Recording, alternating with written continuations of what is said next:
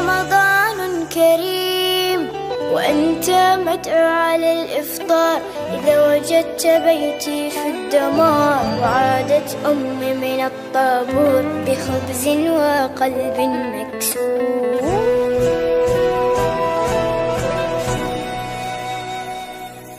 وأذنت مساجد ورنت الكنائس، جيران في الله أبواب بلا حارس.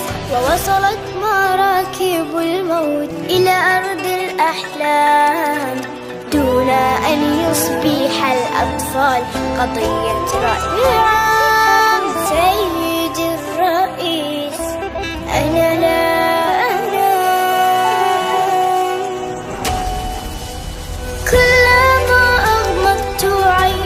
أسمع انفجار ويشتعل سريري دخانا ونار، ويخرج الخوف من باب الدولاب وتبكي الأغاني وتنزف الألعاب. سيد الرئيس تنزف الألعاب.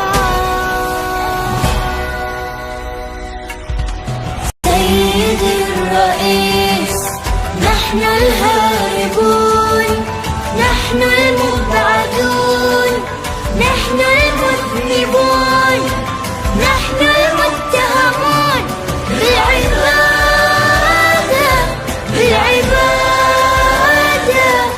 المحكومون شنقا بالإبادة، الذين قطعت ألسنتنا لأنها نطقت بالشهادة،